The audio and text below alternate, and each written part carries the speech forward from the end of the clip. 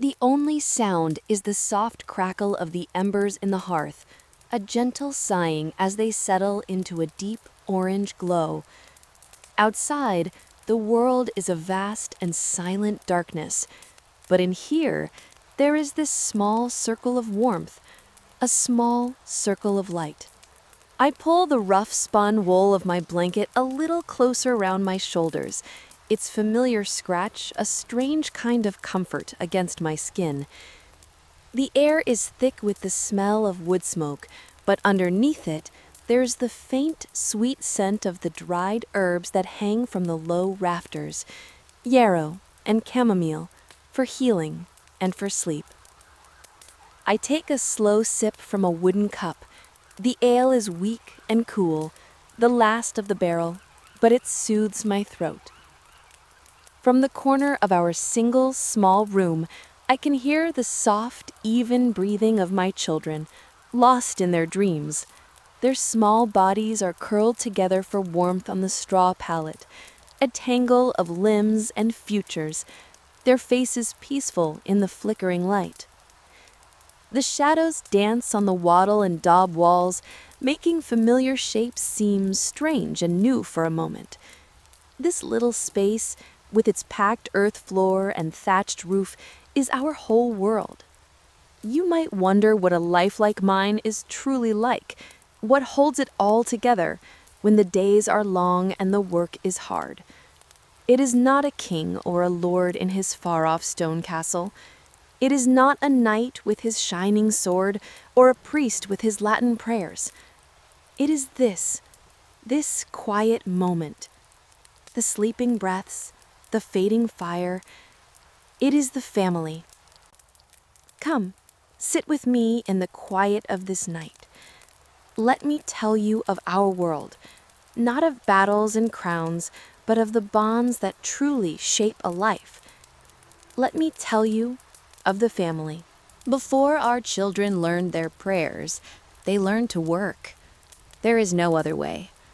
The time you might call childhood is not something we know here, not as a long, sunlit season of play and gentle learning. For us, it is an apprenticeship for life itself, and it begins as soon as small hands can grasp and small feet can carry them steady on the earth. A child is another pair of hands, another back for a burden, another mind to learn the ways of survival. I remember my own daughter, when she was barely 5 summers old, standing at my knee, her small fingers fumbling to learn the twist of the drop spindle. Her first threads were lumpy and weak, but she learned, just as I learned before her. She learned to scatter grain for the chickens, to pull the bitter weeds from our pottage garden, and to carry her baby brother on her hip, soothing him with soft sounds while my own hands were deep in the dough or the washing. Her world was the world of the home, its rhythms becoming her own. For my son, it was different. His world was the field and the wood. He learned the sharp cry that would startle a flock of crows from the new sown barley, the ache in his shoulders from hauling firewood, and the careful weight of his father's tools. His hands, still soft, learned the feel of wood and iron, learning the skills that would one day make him a man who could provide for a family of his own. We do not speak of it often, but the shadow is always there. So many little ones are taken by the fevers of summer or the deep coughs of winter. Every child who sees their 10th year is a treasure, a testament to God's grace, and a quiet victory against the constant gnawing fear in a mother's heart. We cherish them with a desperate strength, for we know how easily they can be lost. And yet, there are moments of light. I have seen them, huddled in a corner, playing a game with smooth gray stones. I have watched my daughter fashion a queen from a corn husk and a scrap of red thread. I have heard their laughter echo through the village green for a few precious moments after the day's work is done. These are fleeting joys, small and bright, like wild flowers pushing through hard ground. And so we grew, our hands becoming calloused as our bodies grew tall. Childhood was not a time of waiting. but of becoming. And the next stage of that becoming for a girl like me was marriage. It makes me wonder, what is the first chore you remember learning as a child? I imagine your world is very different, yet perhaps the feeling of helping is the same. I would love to read your thoughts in the comments below.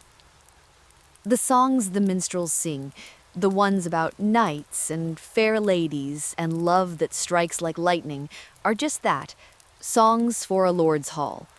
For us, marriage is a different kind of story.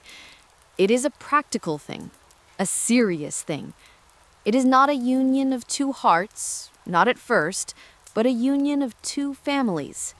It is about joining one family's strip of land to another's, about ensuring there are strong sons to work that land and clever daughters to run a hearth. It is a contract spoken not in poetry, but in careful, measured conversations between fathers over a cup of ale by the fire. Love is a seed that might be planted in the soil of this arrangement, and with care it might grow. But it is not the soil itself. The soil is duty and land and survival. My own marriage was decided on a Tuesday in late autumn. I remember my father and his father talking for hours, their voices a low murmur from the other side of the room. I did not ask what was said. It was not my place. My place was to trust my father's wisdom, to know that he would choose a good man from a good family, a man who was not cruel, who was a hard worker, and whose family held a decent reputation in the village. I had seen him, of course, at market and at church. I knew the line of his shoulders and the way he walked, but I did not know the sound of his laugh, or what thoughts he held behind his eyes. A daughter's duty is to be obedient, to be a credit to her family, and to step into the life that has been prepared for her. My contribution to this new life was my dowry, carefully gathered over years. It was not a chest of gold, but it was everything I had. Inside this simple wooden chest my father made for me were the linens I had spun and woven myself, the thread fine and even from years of practice. There was a good, heavy iron pot for the fire, a promise of warm meals. My mother added 2 laying hens, their legs tied, clucking softly in a basket. This was my worth, made tangible. It was not a price paid for me, but my share, my stake in the new household we would build together. It was my security. Our wedding was not a grand affair. We stood at the door of the church in the sight of God and the entire village and made our vows. The priest's words washed over us, a public declaration that we were now one flesh, one family. Afterwards, there was bread and cheese and ale for our neighbors, a shared meal to seal a shared bond.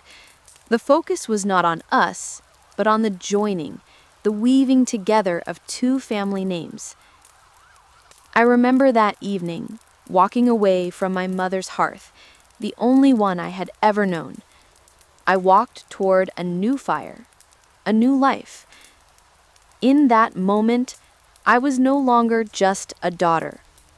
I was a wife, a good wife, and in my heart was a quiet mix of fear and duty, and a small flickering hope for the future we were meant to build. Once a woman is wed, she and her husband are bound together like 2 oxen under a single yoke. It is a heavy burden, this life, and one cannot pull it alone. We pull together, each with our own tasks, each with our own strengths, our survival depending entirely on the other. His world is the world outside the cottage door, mine is the world within, and the 2 are woven together so tightly that to pull one thread would unravel the whole cloth. His work, the goodman of this house, lives his life by the sun and the seasons. His domain is the field, the forest, and the path to the manor court. In the spring, his shoulders ache from guiding the heavy plow through the wet, stubborn earth. In summer, the sun beats down on his back as he scythes the hay, and in autumn, he works from dawn until dusk to bring in the harvest, the work of an entire year resting on those few frantic weeks.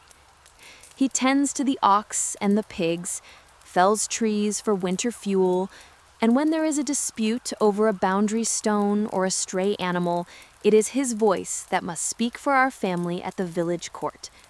His work is hard and heavy, a battle with the earth itself, and it provides the grain and the security that is the backbone of our lives.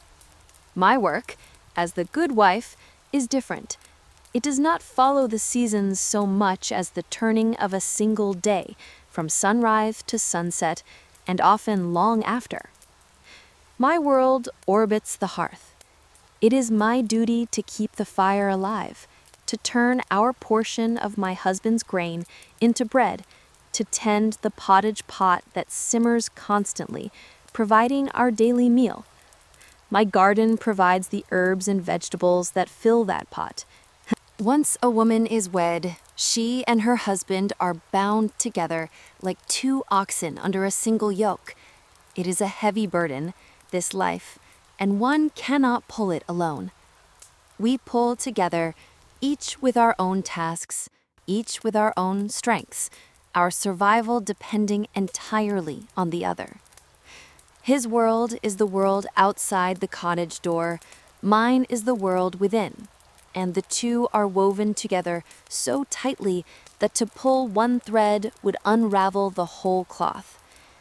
His work, the goodman of this house, lives his life by the sun and the seasons. His domain is the field, the forest, and the path to the manor court. In the spring, his shoulders ache from guiding the heavy plow through the wet, stubborn earth.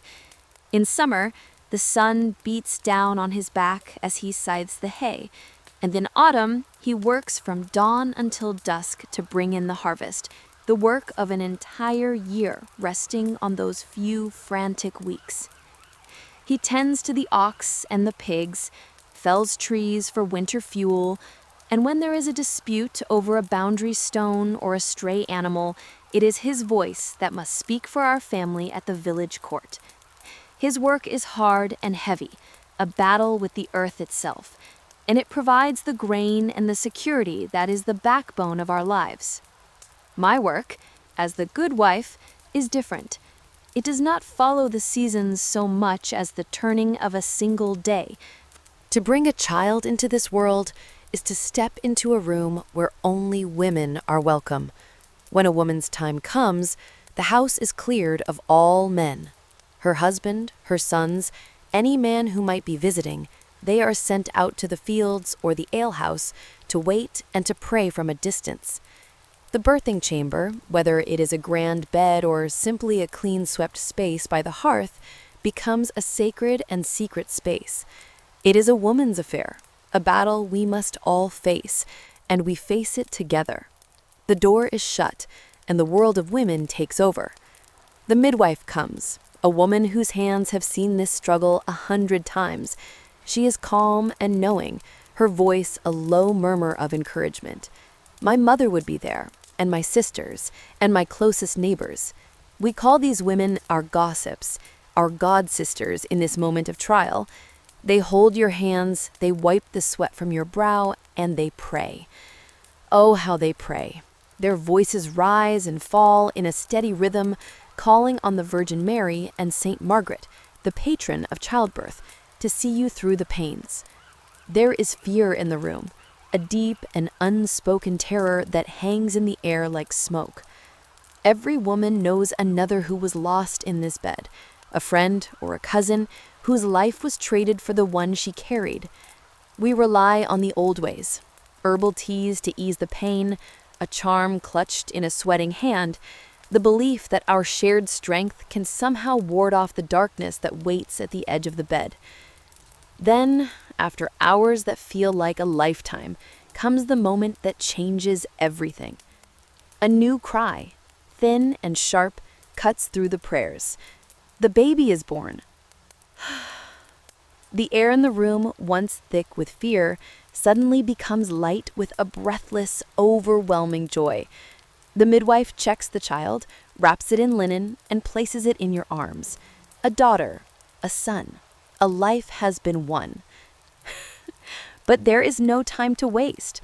The priest is called for because a soul is not safe in this world until it has been touched by the holy water of baptism. Life is so fragile, a candle flame that can be snuffed out by the slightest breeze. To hold that child is to hold the future. To become a mother is to become the vessel of all our knowledge. It is now my duty to pass everything on.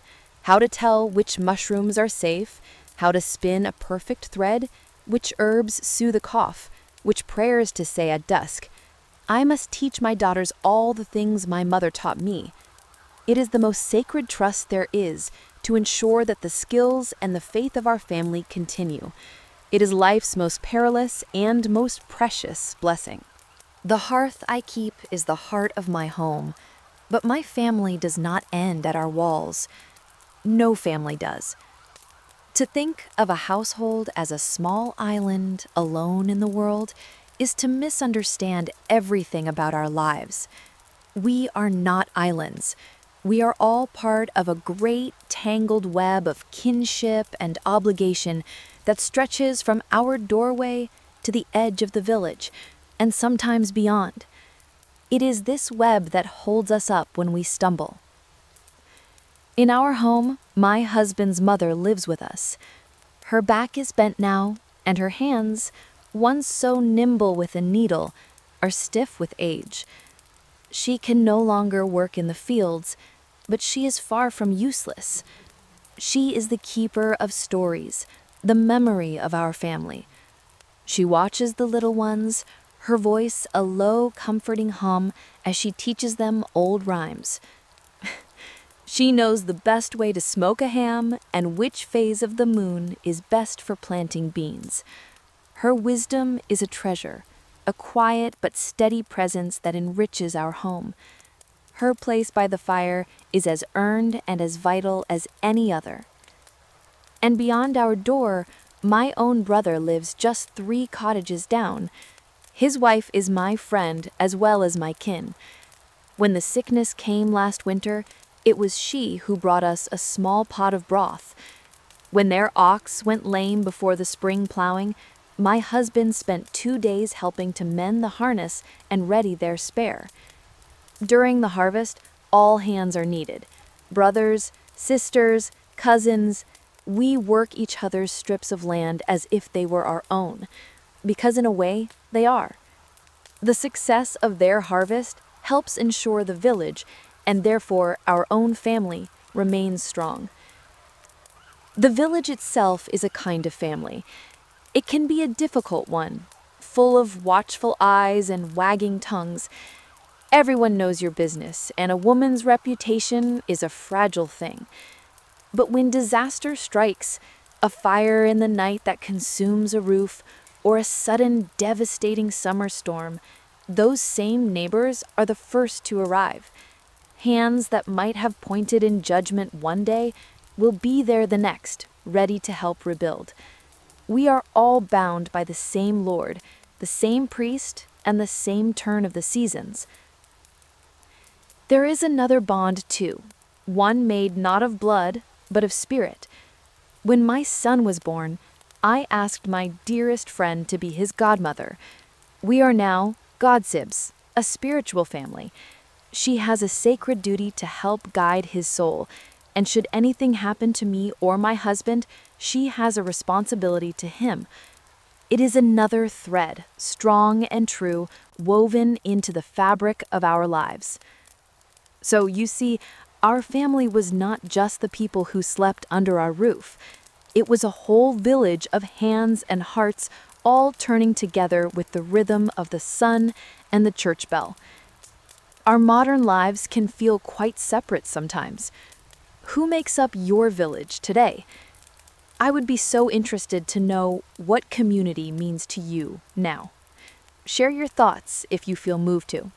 Our lives do not follow the turning of a clock's hands. We do not know such things. Our lives follow the sun on its long, slow journey across the sky.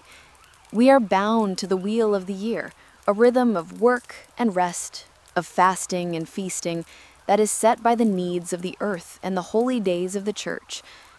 Every family in the village turns with this wheel, our lives shaped by its constant, predictable motion. Winter is the dark time, the inward time. The world outside is frozen and still, and so we draw close to the hearth. The days are short and the nights are long and deep. This is when my husband mends his tools, sharpening the blades and oiling the wood, preparing for the work to come. My own hands are never still. The spinning wheel hums for hours, turning wool into the thread that will see us through the year. We live on what we have stored: salted meat, hard cheese, and dried peas boiled into a thick pottage. It is a quiet, solemn time, broken only by the brief, bright flame of the 12 days of Christmas, a time of precious rest and a little feasting before the darkness settles in again. As the light begins to return, spring arrives. But it is a cruel season at first, the hungry gap, when the winter stores are dwindling and the new crops have yet to grow. This is the time of the hardest work on an empty stomach. The men are in the fields from dawn to dusk, breaking the earth with the plow. We follow the solemn prayers of Lent, our diets thin, our bodies weary. Then, just as it feels we can endure no more, comes the joy of Easter. The fast is broken, and we feast. It is a celebration of God's resurrection and of the earth's, a promise of the life that is stirring beneath our feet. Summer is a relentless master. The sun is high and hot, and the days are a long, unbroken stretch of labor. First comes the hay harvest, the sweet smell of cut grass filling the air as we work to bring in fodder for the animals. Then comes Lammas, the 1st of August, and the beginning of the grain harvest. The work is backbreaking, a race against the weather. We are all in the fields, men, women, and even the older children, cutting the wheat and barley that will be our bread and our wealth for the coming year. Autumn is the season of reward and frantic preparation. The harvest is brought in, and if it is a good one, the whole village breathes a collective sigh of relief. This is the time for feasting, for brewing the strong autumn ale, and for filling our storerooms for the winter ahead. As the days shorten and the air grows crisp, we feel the wheel turning once more toward the dark. We mark All Hallows' Eve, a night to light a candle and say a prayer for the souls of our family who have gone before, as we prepare to face the cold, quiet months of winter once again. The wheel of the year turns for the land, and it turns for us too. A person's hair grows silver like the frost of late autumn, and their steps become slower, more deliberate. To grow old in a family is to hold a place of honor. The elders are our living history, their minds a storehouse of knowledge about weather, remedies, and the old ways. They are respected for the life they have lived and the family they have built. But it is also a hard truth that a mouth that can no longer earn its keep is another mouth to feed from a pot that is never quite full enough. It is a delicate balance of reverence and burden, a final, quiet challenge for the family to meet with grace. The ultimate purpose of our shared life, of all this work, is to see it continue. It is to ensure that when we are gone, our children will still hold the right to farm this strip of land, to live in this cottage. The passing on of this legacy is everything. The inheritance is not one of riches, but of survival. A father passes his tenancy and his best tools to his son.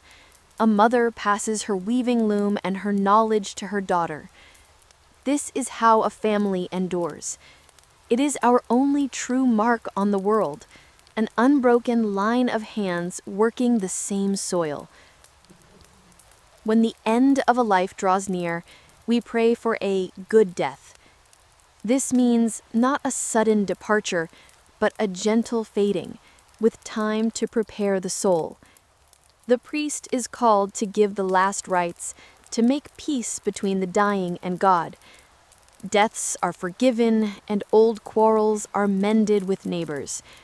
It is a death met not alone, but in one's own bed, surrounded by the faces of family, their hands holding yours, their prayers a soft blanket for the soul's final journey.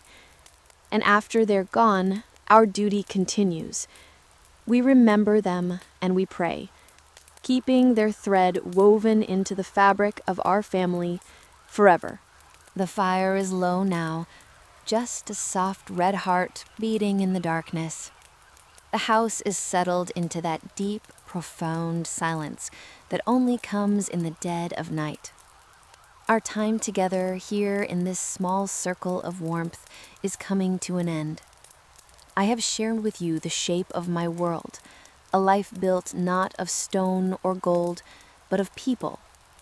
A life built on the foundation of family, a unit of shared labor, a vessel for quiet love, and a promise of legacy that stretches into the future. It is a life of hardship, yes, and often of sorrow, but it is never without purpose. I look over at my children, their small faces untroubled in sleep, and I see the reason for it all.